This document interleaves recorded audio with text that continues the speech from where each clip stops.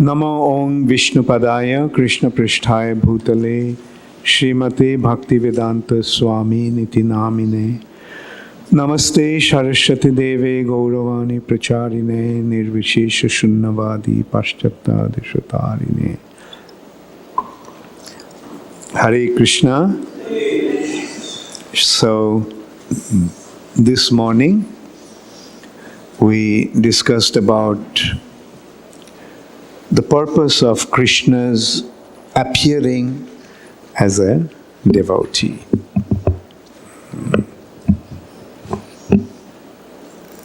So Krishna came to give Krishna Prem to everyone. Krishna Prem means the loving relationship, a very, very intimate loving relationship that the residents of Vrindavan have with Krishna. Krishna came to give that to everyone in the age of Kali. That is not distributed at any other time. That happens only when Krishna performs his pastimes as the son of Nanda Maharaj in Vrindavan once in a day of Brahma. So Krishna comes to give that most intimate loving relationship. And if we go into understanding what that most intimate loving relationship means, that loving relationship is in friendship, in parental, and in conjugal loving relationship. That relationship is not available even in the spiritual world. Only in the topmost region of the spiritual sky, the region that is known as Golok, only there this relationship is available. The other aspects of the spiritual sky is Vaikuntha. Then, even above Vaikuntha is Ayodhya. Vaikuntha, Narayan is present in Vaikuntha. Even more magnanimous, one can say, is Lord Ramchandra. That is in Ayodhya aspect. That is in a kind of higher region of Vaikuntha. Even higher than Ayodhya is Dwarka. Even in Dwarka, that relationship is not available. The relationship that the residents of Vrindavan experience in Vrindavan with Krishna. So, and in order to give that relationship, that loving relationship, you see, the question may arise, well, Krishna came and he performed his Braja Leela, so that loving relationship was available. No. Krishna did not give Braja Prem. Only those who qualified, they could enter into that pastimes. That pastimes were reserved only for the qualified individuals who developed that loving relationship already. Only they had the access to Krishna's pastimes. Krishna did not go out to give this loving relationship. Is that point clear? Krishna did not distribute Braja Prem, in simple word. Braja Prem was not given by Krishna himself.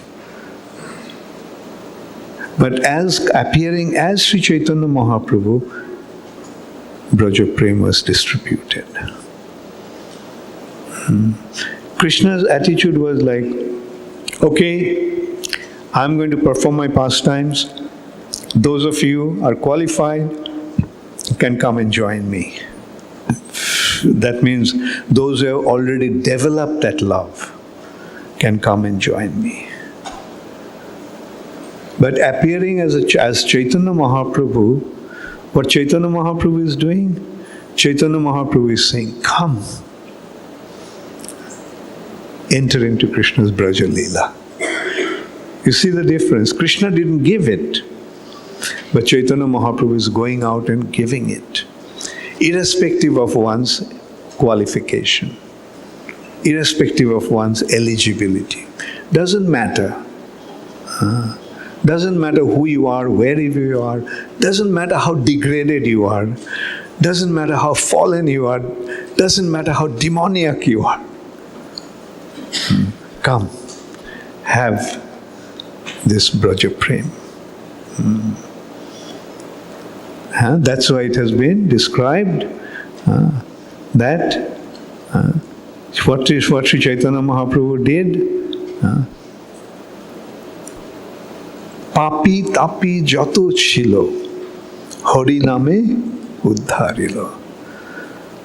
All the sinners, papi, all the degraded ones, and can you imagine how degraded the living entities of Kali Yuga are? It's the most degraded age. Most fallen entities take birth in this age. You don't mind my saying it. We all are actually the most fallen living entities. Otherwise, we wouldn't have taken birth in the age of Kali. But Chaitanya Mahaprabhu, although we are most degraded, most fallen, but Chaitanya Mahaprabhu is giving us access to the highest region of the spiritual world. He is allowing us to develop a relationship with Krishna. Now the consideration is, are we getting a direct access to that? No. There is a consideration of qualification. And the qualification is through the chanting of the holy name. By chanting the holy name, we are becoming qualified. By chanting the holy name, we are becoming free from all our sinful conditions. By chanting the holy name, we are just becoming purified from our degraded situation. And this is how we are naturally developing the eligibility. Like, irrespective of how fallen we are, Mahaprabhu and the Chaitanya Mahaprabhu and Nityananda Prabhu are going and giving us this opportunity. Come, take it. You're fallen, don't worry about it. Doesn't matter who you are, how fallen you are, how degraded you are, how unqualified you are. So he is going out of his way to give this.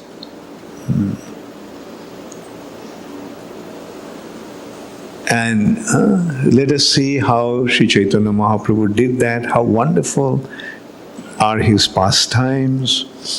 I mentioned this morning that he came to distribute Krishna Prem.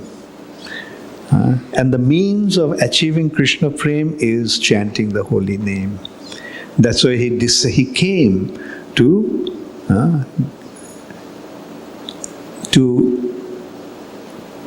tell us about this process.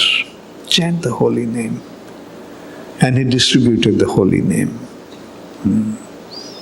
And what did he do? Even at the time when he appeared, he actually, generally the Supreme Personality of Godhead appears at a very auspicious time. And when he appears, the whole atmosphere becomes very, very auspicious. But Chaitanya Mahaprabhu appeared at a time when the condition of this world was very inauspicious. Lunar eclipse. Lunar eclipse is, what is the actual understanding of lunar eclipse, or solar or lunar, both the eclipse? How you all know that? Naturally, I'm sure you all know that. Rahu is devouring moon. Rahu is a demon. he developed animosity with moon and sun.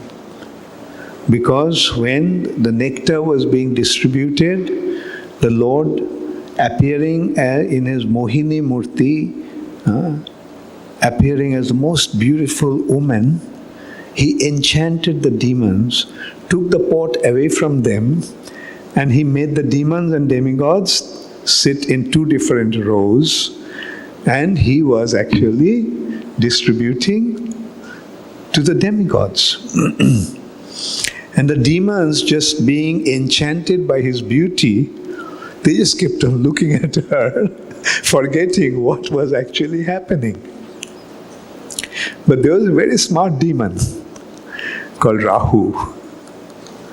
So he sat down with the demigods. And the Lord, as Mohini, he just gave the nectar to the demon. And as the demon was about to drink it, sun and moon, who are the eyes of the Lord, reported to him, look, this is demon. He cheated you and got the nectar. So as soon as the Lord heard that, he released his Sudarshan Chakra, his disc, and severed his head. And so Rahu's head was severed from his body, but because it drank the nectar, that upper part, the nectar went only up to the neck, and he severed the body. So as a result of that, this part, his upper part of his body became immortal, his head. And Rahu in this way developed his animosity with sun and moon, who are two demigods. And on certain occasions, when he gets opportunity, he devours him, and that's the time the eclipse actually takes place. So can you imagine a demon devouring a demigod? So is it a very auspicious occasion? It's a very inauspicious occasion. And that's why at that time, to counteract that inauspiciousness, people chant the holy name of the Lord. So appearing at that time, creating a certain situation, the Lord made everyone chant the holy name. So in this way, even at the time of his appearance, he made the world chant his name, the holy name. The Lord appeared as the son of Jagannath Mishra, very, very exalted Brahmana, and Sachi Mata. And those who saw him, that little baby, noticed that he looks just like the Supreme Personality of Godhead. Only his complexion is different. The complexion of the Supreme Personality of Godhead Krishna is like monsoon cloud. Or it has been more specifically described as dark blue. There is a flower called Aparajita flower. It's a very beautiful blue flower. So that has been identified as the color of the Lord's complexion. But Srila Prabhupada also mentioned that his complexion is not material. Therefore, with any material example, his complexion cannot be identified. So that is how the complexion of the Supreme Personality of Godhead is dark blue. Whereas this boy has a complexion like that of a molten gold. And beautiful, fair complexion, beautiful. Therefore, he was called as Gaura. Gaura. Gaura means white. Gora and Kala in common words. Gora. So Gauranga. And when he was a little boy, he used to cry sometimes. And when he used to cry, no one could stop him. He just would continuously cry. A child generally, when it cries, when the mother gives her milk to the child stops.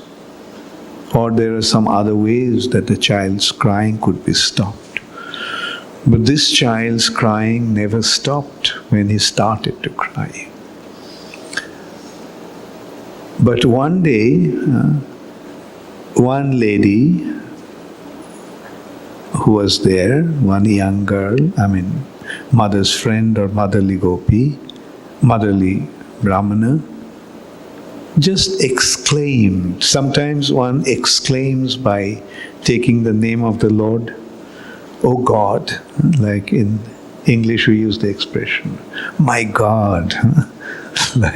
So similarly, in India also there's this culture, "Oh Hari." And as soon as she said Hari, stopped crying. They couldn't understand why this child all of a sudden started to cry.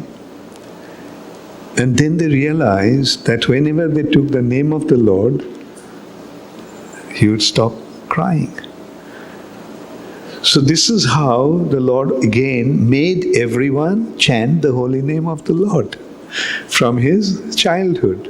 He would cry, and only when they would chant the holy name of the Lord, he would stop crying. And the moment they would stop chanting, he would start crying. So this is another way the Lord made everyone chant the holy name. Then he started to grow up, and he started to crawl. The children crawl. So when he started to crawl, one day he was crawling on the courtyard, and Sachimata, she was doing her daily chores, and as she came out, she saw that the child was in the coil of a snake. A snake has wrapped his body in the coil, and the child is happily situated there. But the mother's reaction was, she just screamed. Can you imagine, you see a child, your own baby, in that situation? How will you feel? So she almost fainted. Everyone came running, and they couldn't figure out what to do, because if they're afraid that if they try to do something to the snake, then probably the snake will bite the child.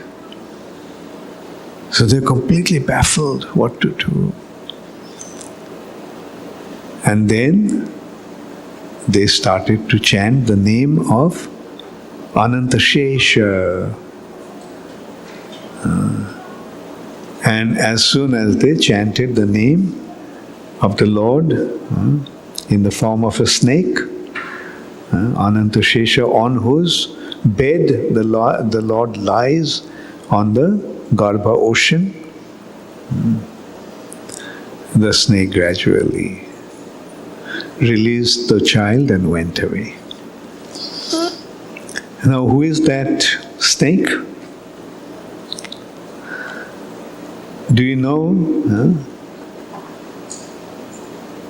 Ananta Shesha, what's his business? His business is to arrange for the Lord's, all the arrangements for the Lord's is made by Balaram. So when it comes to Jai Shri Shri Radha Damodar Ki Jai.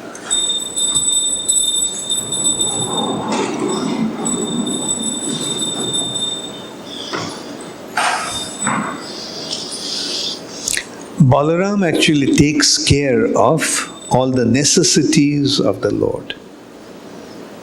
Whenever the Lord needs something, it's Balaram who actually provides. This is what the Lord's first expansion is. So when the necessity arises for the Lord to lie down on the ocean of Garbha ocean or milk ocean, on Ananta Shesh, the Lord appears, Balaram becomes a snake, and the Lord lies on that bed of snake. Because otherwise, on water, how can you lie down? So in order to make the Lord lie on the bed of, lie in the Garbha ocean, the Lord Balaram becomes Ananta Shesh and makes the bed for the Lord. And not only his bed, whatever is needed for the service of the Lord. Like when the Lord needs a chair to sit down, it is actually Balaram that becomes the seat. When the Lord needs worship,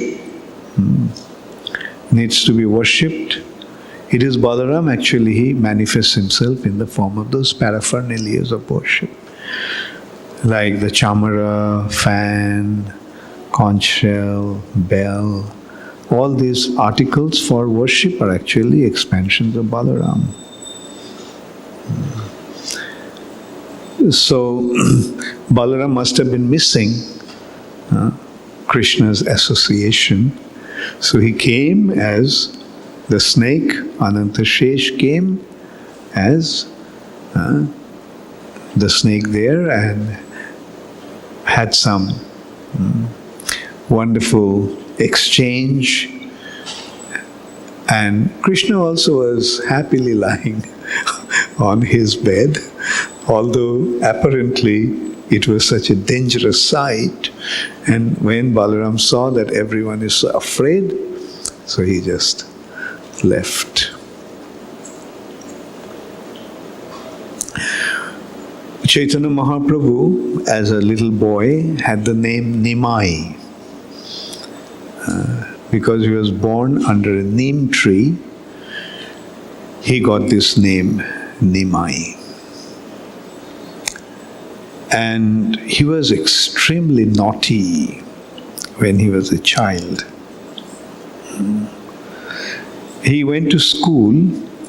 Those days in India, the school was, the one teacher used to teach a handful of students. It is not like few teachers teaching hundreds of students. Like the way it is nowadays. But it was, generally you can consider it to be Gurukul.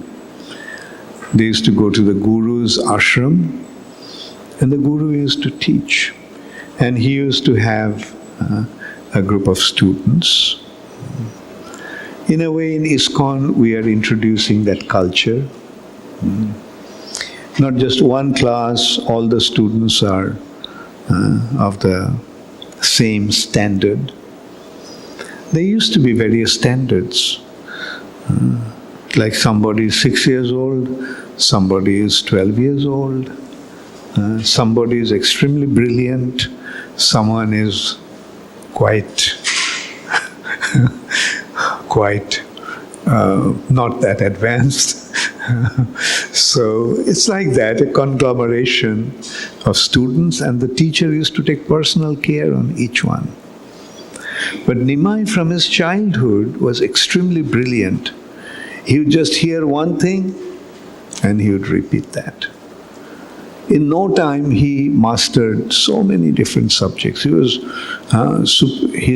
more advanced than many of the older students. But from the school, he used to also sneak out sometimes and go to the Ganges with his friends. And he would have some very interesting, naughty pastimes. Sometimes, you see, in India, people used to take bath generally on the rivers. Like human civilization, as you know, the human being generally tend to live on a river bank. If we look at all the great civilizations, they all developed on different river banks. So in India, that was the culture. There are so many rivers, and especially Ganges, and Navadvip was situated on the bank of the Ganges. And those days there was no taps, no water supply like that. People used to just go to the river and take their bath and collect water for drinking and everything. So, Nimai, in India, the custom is that some areas of the river bank is meant for the ladies and some other areas for the gents. And they used to go to the river, there used to be stairs leading to the river. And so people used to go to the river wearing, and when they, after coming there, taking their bath, they would come and they would dress themselves with dry clothes.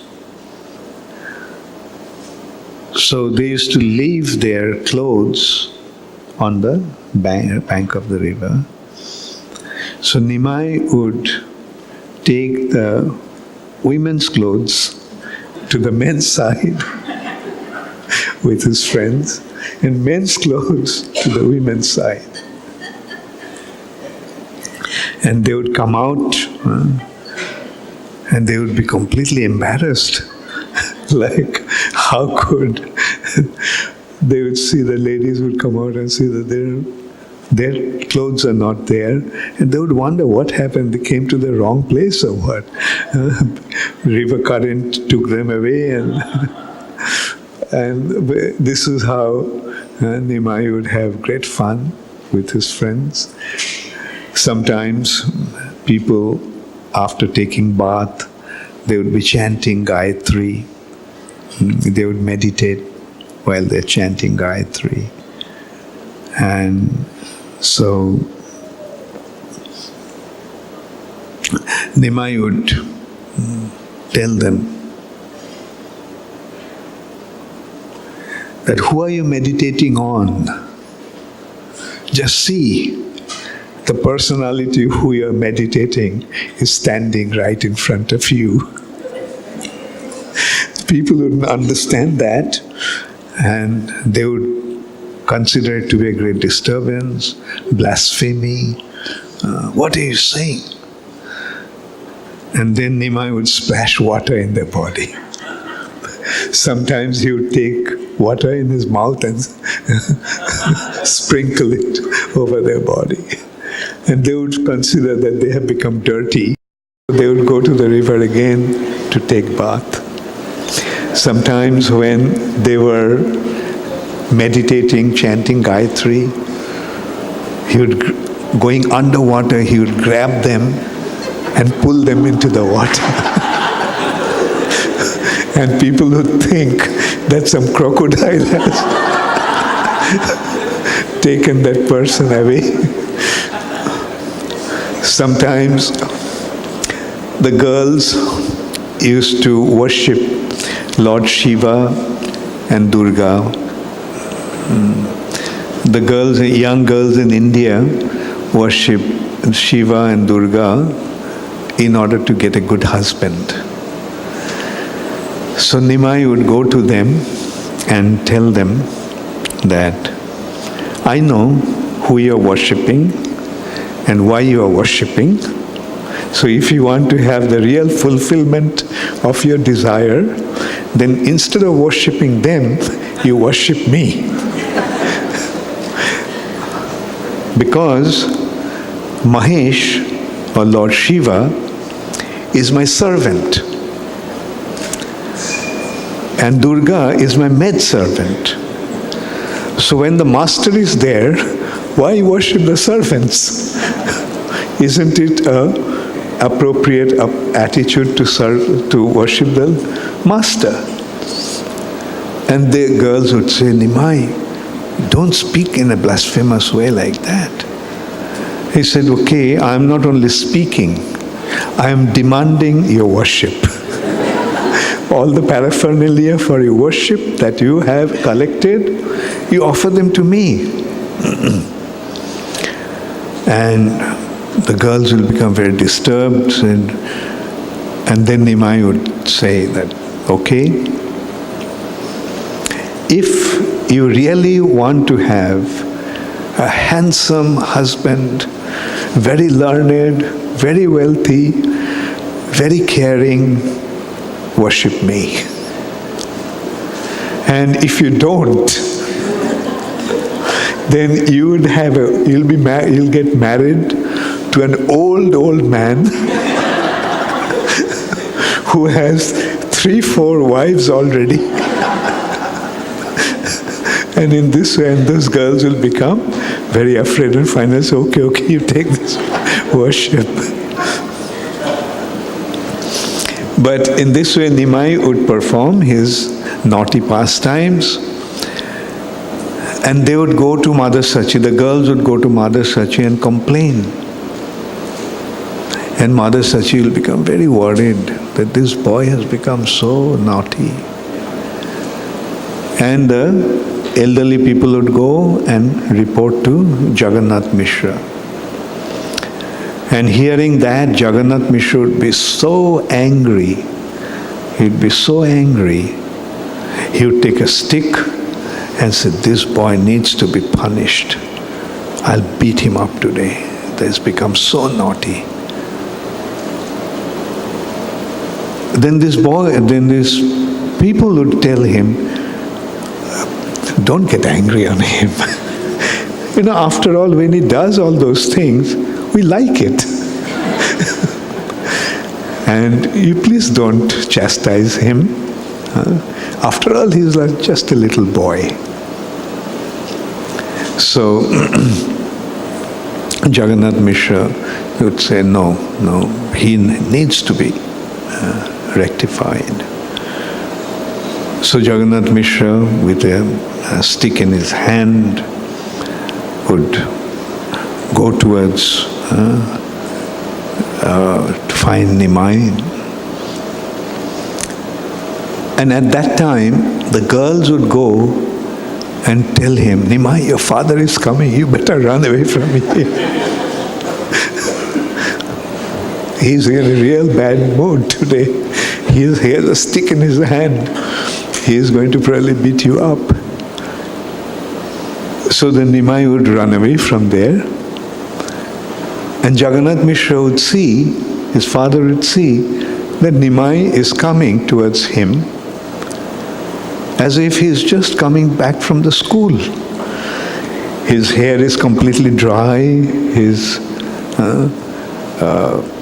clothes has the stains of ink, his face also has a few patches of ink, and his body appears to be quite dusty. And so Jagannath Mishra would be surprised, but still he would shout at him, Nimai, you have become so naughty. You have become a disgrace to our family. People are coming and complaining to me. Nima said, what happened? What happened? You did this thing. Nima would say, I don't know why these people complain about me like that. I'm just coming from school. And Jagannath Mishra also would see that, it looks like, he didn't even go to the... And he said, I was studying there, I was just coming from school. When was the time to go to the river and do all that thing? And Jagannath Mishra would be completely baffled. And then he would embrace the child, he said. He would feel an inconceivable parental affection. And he would think, well, I don't know why they're complaining. Obviously, those people are not lying. They're all respectable brahmanas. They never tell a lie. And at the same time, it seems that my child is coming straight from the school. So this is how Nimai would perform his wonderful childhood pastimes. I just thought of another pastimes that happened before that. Nimai at the time was just a toddler, just a little child, about 3 years old. Once a Brahmana came to Navadip, a wandering mendicant who travels from a place of pilgrimage to another place of pilgrimage. So seeing him, Jagannath Mishra invited him to his house. In the Vedic culture, it is a custom that the Brahmanas are invited to the houses of people. Invited Brahmanas, especially those who are wandering like that. Often they don't get cooked food. They just, while they're traveling, they just get some fruits and roots. So Jagannath Mishra invited him to his house. Some of these brahmanas are so strict that they would not even take the food cooked by other brahmanas. They would cook themselves. So this brahmana cooked the food, and when he was about to offer it to his worshipable deity, Bal Gopal,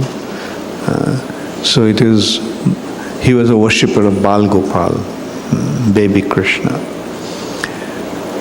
So when he was offering, chanting the mantra and offering, calling the Lord to come and take the food, with closed eyes, and as he opened his eyes, he saw this Nimai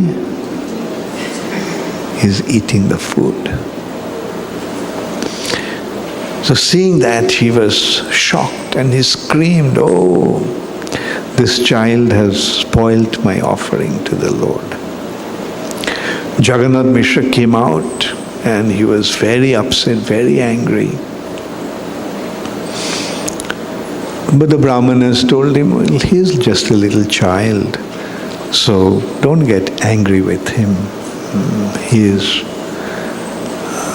did it unknowingly.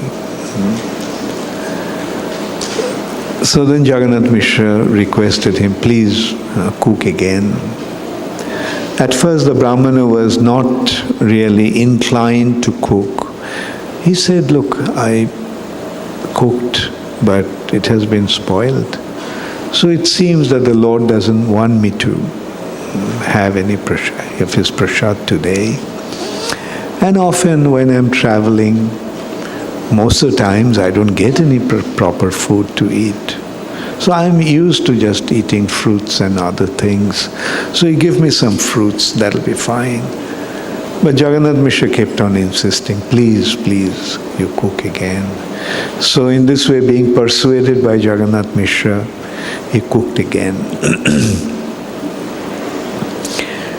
And this time, when he was offering it to the Lord, chanting the mantra, calling him with his eyes closed, as he opened his eyes, he saw that Nimai is eating that food. Again he screamed. So again everybody came running, and Jagannath Mishra was very, very angry. He was about to chastise, reprimand the child. But again the Brahmana requested him not to chastise him. After all, he is a child, maybe a little naughty. Children are often naughty. But at that time, Jagannath Mishra requested, please cook again. But this time the Brahmana was determined not to cook. But at that time, Vishwarup, Nimai's elder brother, he appeared there. He used to go to the house of Advaita Acharya and sit together with other learned Brahmanas, and they would discuss about scriptures and other conclusions of scriptures leading to bhakti. So Vishwambhar, it was quite late night, so Vishwarup came. And seeing Vishwarup, the Brahman was struck with wonder. So handsome, such as if his body was effulgent. His beautiful feature is unique. And so then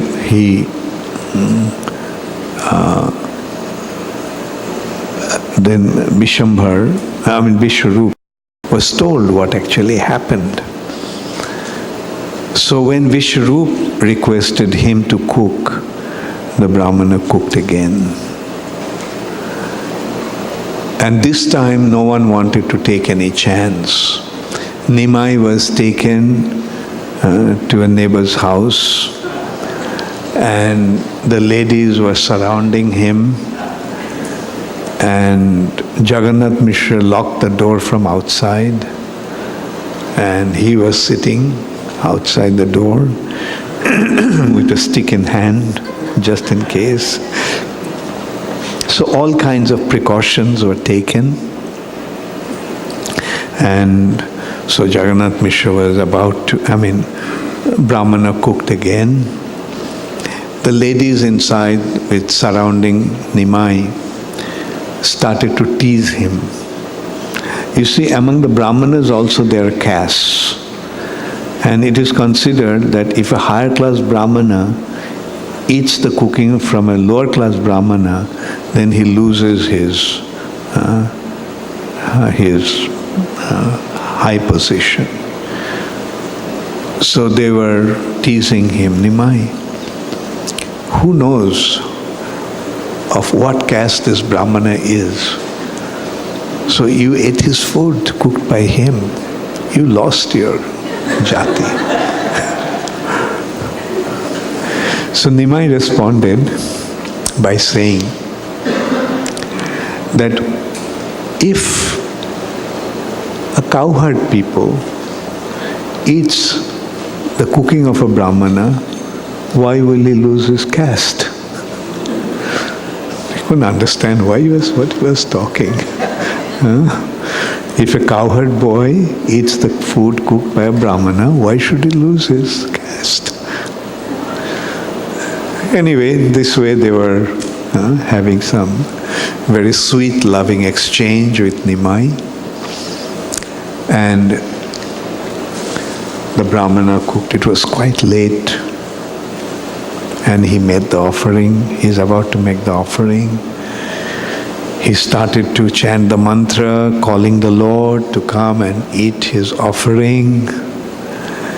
And as he opened his eyes, he saw this little boy standing there. And he told him, "What kind of a person you are? You asked me to come and accept what you have cooked. And when I come and eat it, you start crying, screaming, oh, he spoiled my offering. Oh, if that is your attitude, then better not call him. And then the Brahmana saw this little boy as his worshipable Bal Gopal standing there. Krishna as a child. Although that Brahmana was wandering from place to place of pilgrimage, from that time he stopped wandering. He just settled down in Navadvip. And every morning he would come and have the darshan of Nimai. Nimai told him not to reveal what he saw to anybody. But he used to come and have darshan of this little Nimai, and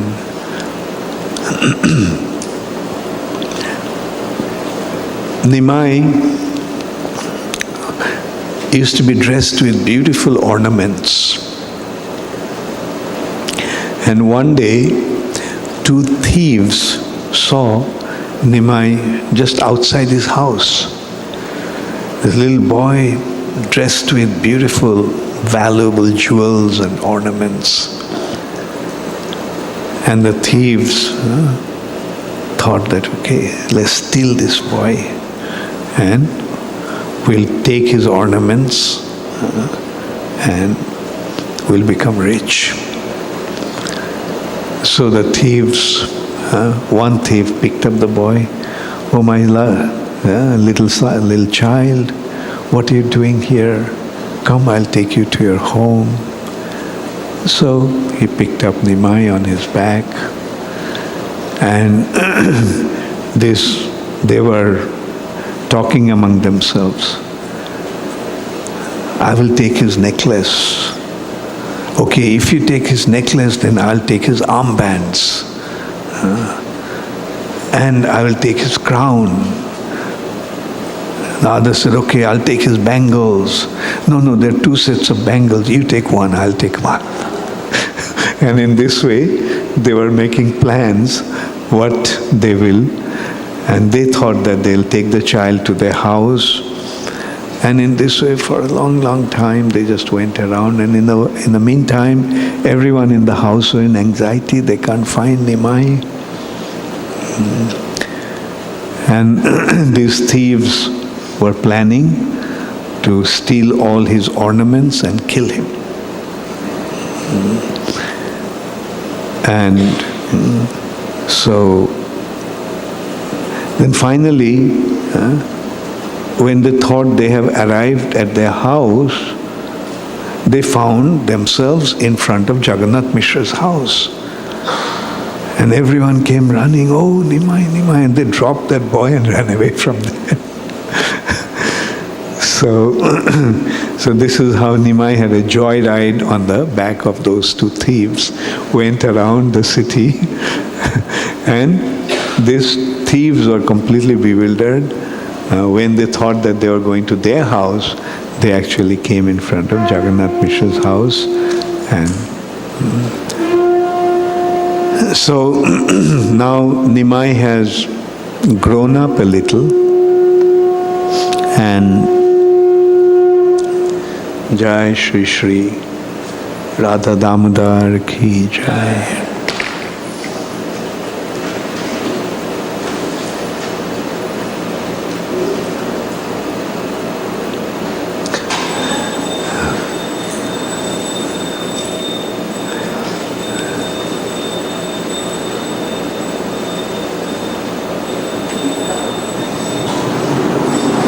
Jai Shri Shri Radha Damodar Ki Jai.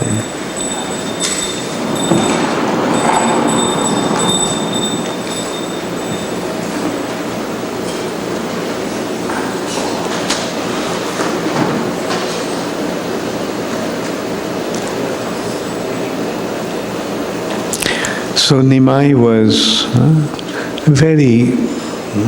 when he grew up a little, he became very serious about his studies, and he was so expert in the subject of logic.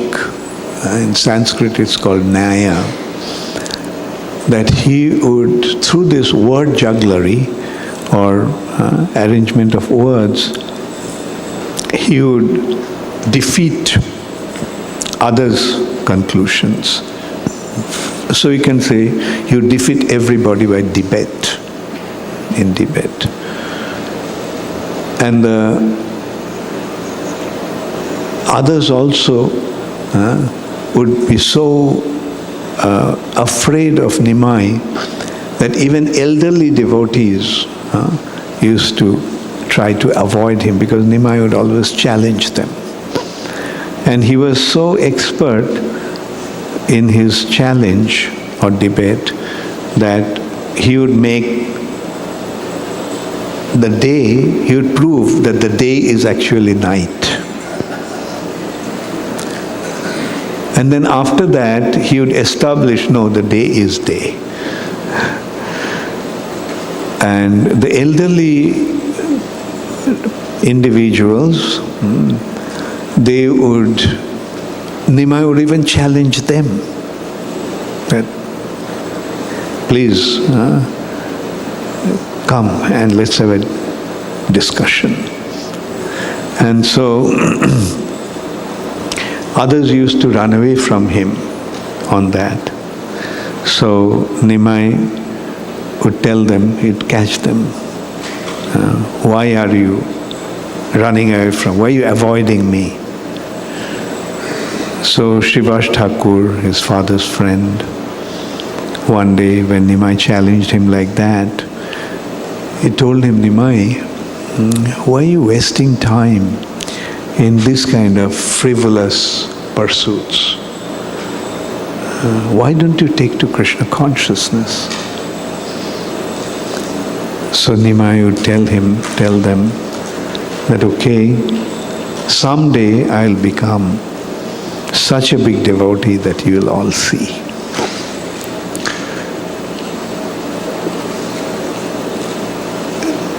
So Nimai had a friend one day. The ambition of that friend was that he would write you can say, the thesis of Nyaya, that the whole world will become bewildered by that. Whole world will recognize him as the greatest Nayayic, logician.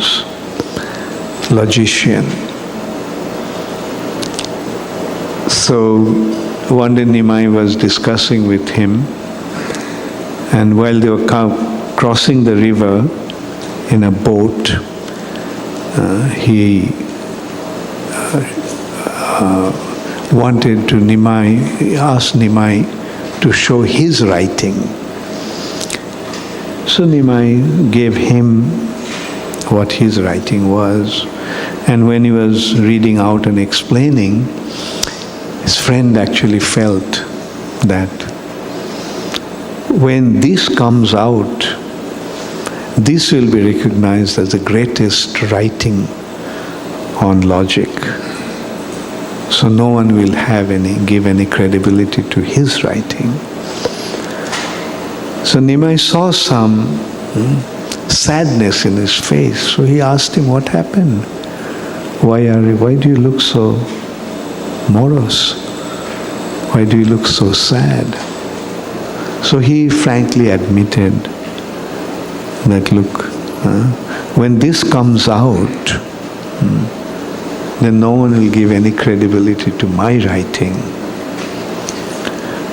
So when he said that, Nimai just took all those papers that he wrote on and he threw them in the river. And his friend asked, why did you do that? He said, look, if by me making this act, that means whatever he would speak would actually be Saraswati speech.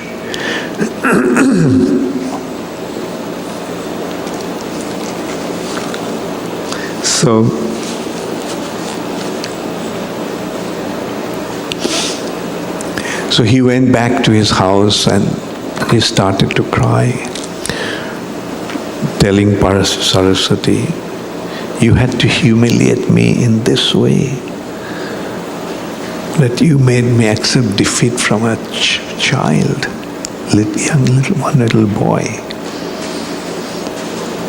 So then finally Saraswati appeared to him and told Keshav, "Your learning has been perfected today, because the personality who defeated you is my worshipable Lord."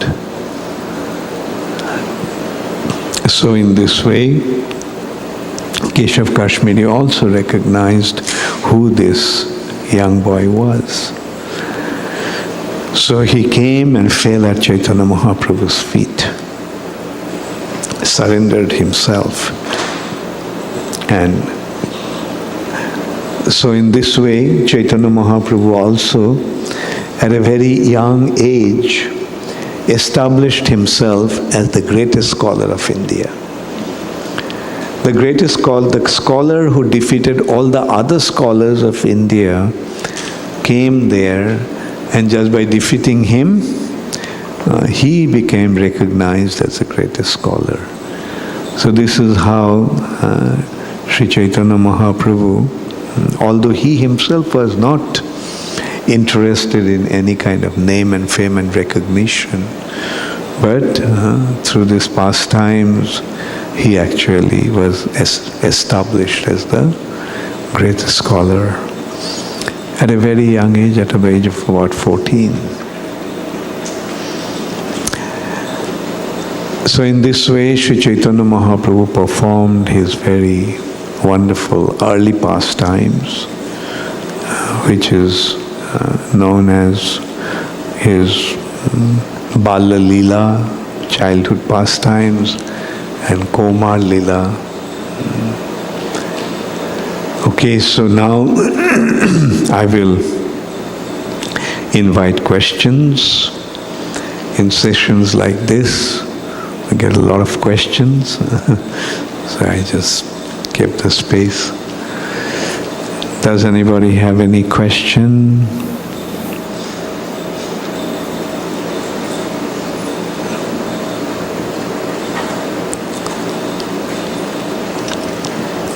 Hare Krishna Maharaj. I was thinking that why Nimai made cook Brahmana 3 times, and after that he gave his darshan. So why he made him cook 3 times? So what was the reason? And why it's 3 times? If he did it at the first time, probably the scene wouldn't have been so exciting. So he created the dramatic situation, and then he finally, when everybody was fast asleep, by his Yogamaya, he came and met with him. And actually, Krishna also performed a similar kind of pastimes in his childhood. So it is a kind of replication of Krishna's pastimes. Okay, yeah. You can, so the mic is in your hand. You have a question, you can do it, and then you can.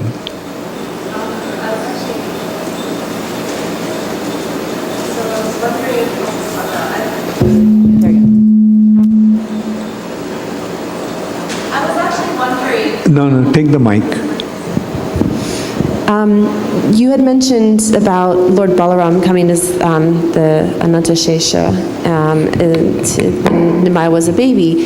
And when Lord Chaitanya becomes Lord Chaitanya and he has his associates with him, are there any personalities that are tied to Nityananda? And is that also Balaram? Yeah. Nityananda, of course, is Balaram himself. And Chaitanya Mahaprabhu's elder brother, Vishwarup, also is an expansion of Balaram. Yeah.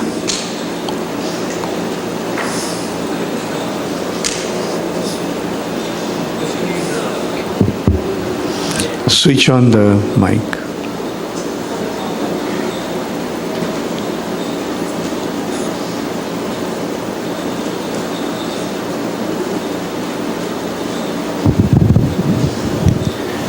In the Brahmana pastime that you describe, Maharaj, like Nimai says, right, don't disclose this that I showed, the form that I showed you as Balagopal. So how do we are getting to know about it, Maharaj? Like how it came out, like so that we're able to relish the pastime. His childhood pastimes. Mm-hmm. You see, because others were there who knew. And in course of time, when Chaitanya Mahaprabhu's identity became revealed, then the secret of these pastimes became manifest. You get the point? Like, although this Brahmana did not tell, but others saw this pastime, what Nimai did, and then they also saw, eventually they recognized who Nimai is. So this is how the mystery of these pastimes became manifest. Another thing is, those who wrote about Mahaprabhu's pastimes, they are not ordinary persons. Like, these pastimes are written by Vrindavan Das Thakur, who is Vasudev, right? So,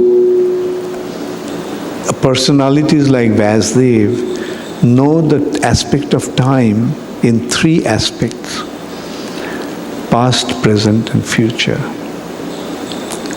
So that is how, like, these pastimes are revealed to him in his heart, as they are the seer of the three aspects of time.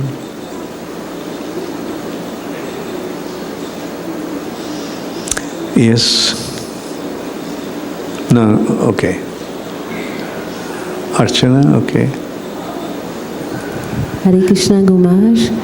I was thinking of Vrinda Devi in the Krishna pastime. She's described by, she makes the arrangement for the pastime of the Lord. What her personality in the Gora Lila as Vrinda Devi? Who is Vrinda Devi in Chaitanya Mahaprabhu's pastimes? Well, I have to see. Yeah. Vrinda Devi. Nice. Is it she's... That is in the forest of Vrindavan. She is the queen of the forest. So Krishna's Vrindavan pastimes are arranged by her. But Navadvip pastimes is a different, like, it is not the jurisdiction of Vrinda Devi. But at the same time, Vrinda Devi may have come also in Mahaprabhu's pastimes. So I have to check it. Sabyasachi?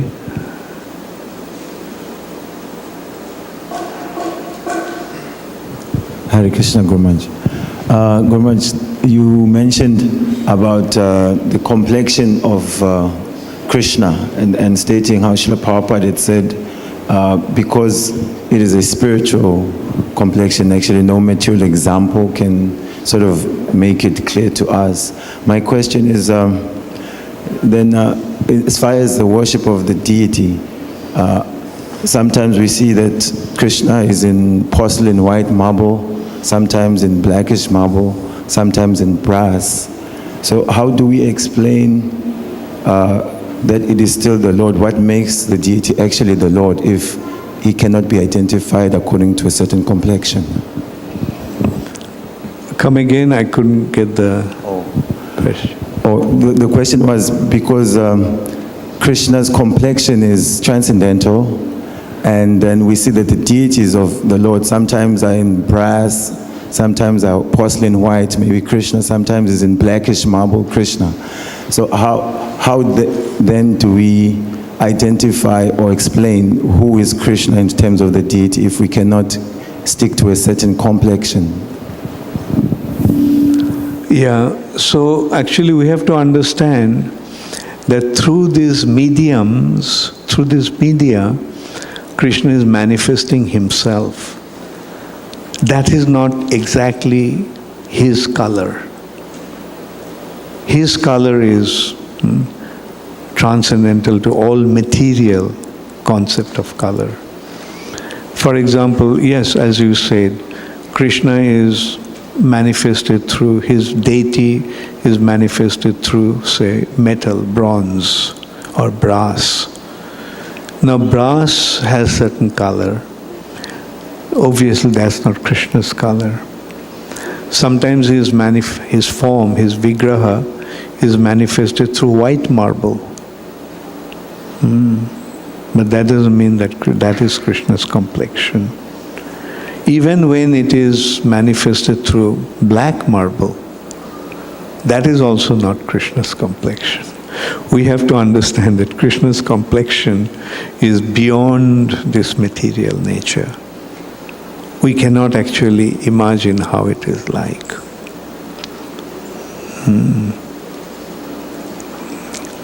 Okay, go ahead if you have any. So Guru Maharaj, I then wanted to understand for preaching, then how do we substantiate to people that particular vigraha is Krishna if we cannot substantiate it with materially observable characteristics? Yeah. Mercifully, Krishna manifests himself in this way so that we can see him. Right? We can see him and we can develop a relationship with him. We can render service unto him. And that is non-different from Krishna, but is taking the color, says for example, is through the medium that he is expressing. Like for example, white marble Krishna. I mean, when Krishna is manifested through black stone, that we can understand that is Krishna's color, blackish. But the question arises, but that's white color is not Krishna's color. So the point here is that don't consider this material medium to be Krishna's original form. Krishna's original form is beyond our visual perception. With these eyes, we can't see Krishna. Krishna is simply manifesting himself through this vigraha so that we can see him, worship him, and so develop relationship with. This is non-different from Krishna. In simple words, this form is non-different from Krishna, but Krishna's original form is not exactly like this. All right? Okay. Aditya?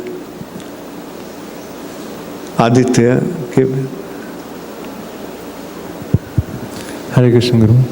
Guru Maharaj, in the starting of class, we were mentioning how Sri Chaitanya Mahaprabhu is distributing the Vraj Prem through the chanting of the Hare Krishna Mahamantra. Is that Vraj Prem primarily in Madhurya, or does that include Vatsalya and Sakhya? The predominating aspect of Braja Prem is Madhurya. That is the predominating aspect.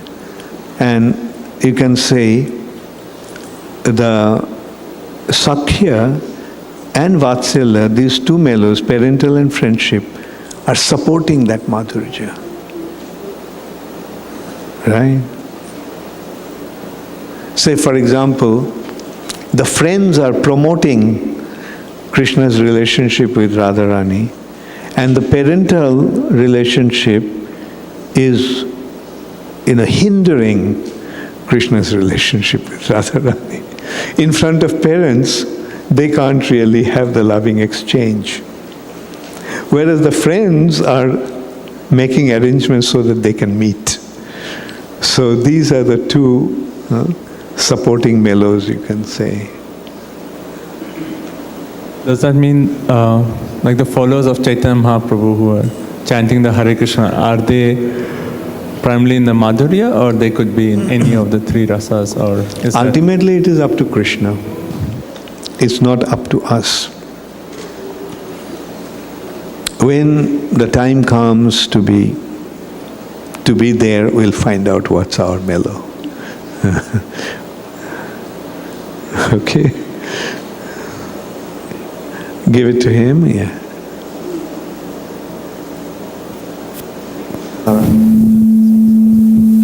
Maharaj, in Chaitanya Mahaprabhu's pastimes, right, seeing the extraordinary qualities of Chaitanya Mahaprabhu and all those various good qualities and other things, so when the devotees ask Mahaprabhu that you are the supreme Godhead, you are in this form, he used to say that no, I am not the God, and he used to close his ears. That fact. So why was he doing that much? It's not that he used to say that I'm not God, but he used to cover his ears and say Vishnu, Vishnu, as if he heard something that is inauspicious. And he used to do that because he's playing the role of a devotee. So if he is recognized as the Supreme Personality of Godhead, then he won't be able to play the role. Like, for example, an actor is playing the role of a king. But if you recognize that he is actually who this actor actually is, then the fun will be lost. You won't be able to relish his playing the role as a king on the stage. You get the point? So if you, therefore, when you are seeing a drama, say for example, say Amitabh Bachchan. Amitabh Bachchan is playing the role of, say, Rana Pratap. When you see him playing the role of Rana Pratap in the movie, do you see him as Amitabh Bachchan or as Rana Pratap? If you see him, oh, this is Amitabh Bachchan, then all the fun will be gone, right?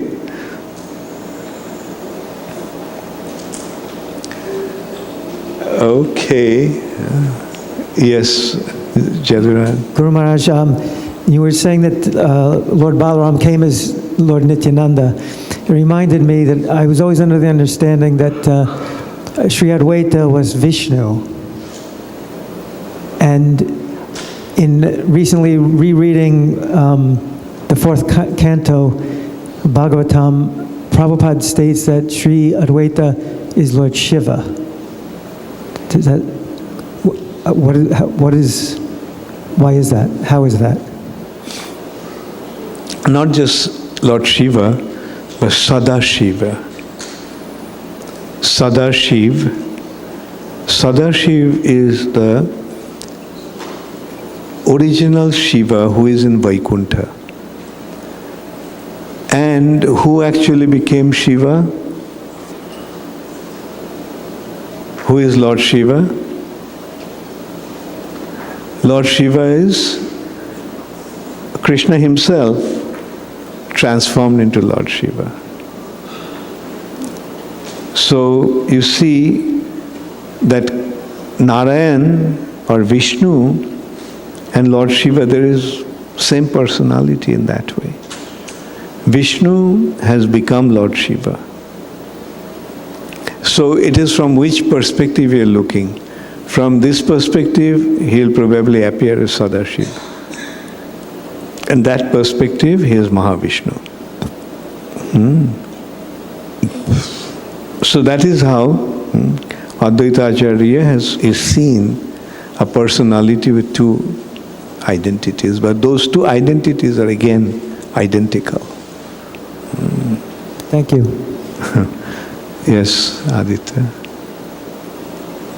Guru Maharaj, it's isn't said that Murari Gupta actually wrote down the childhood pastimes of Lord Chaitanya? So was Murari Gupta like of the same age? Was he also a student when Lord Chaitanya Mahaprabhu was a student? But Murari Gupta was older than Mahaprabhu.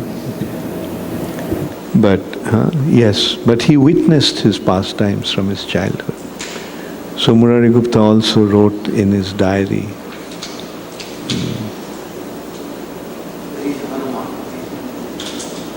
Yeah.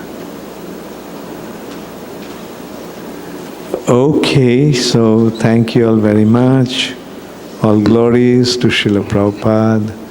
Gaur Premanande Hari Hari.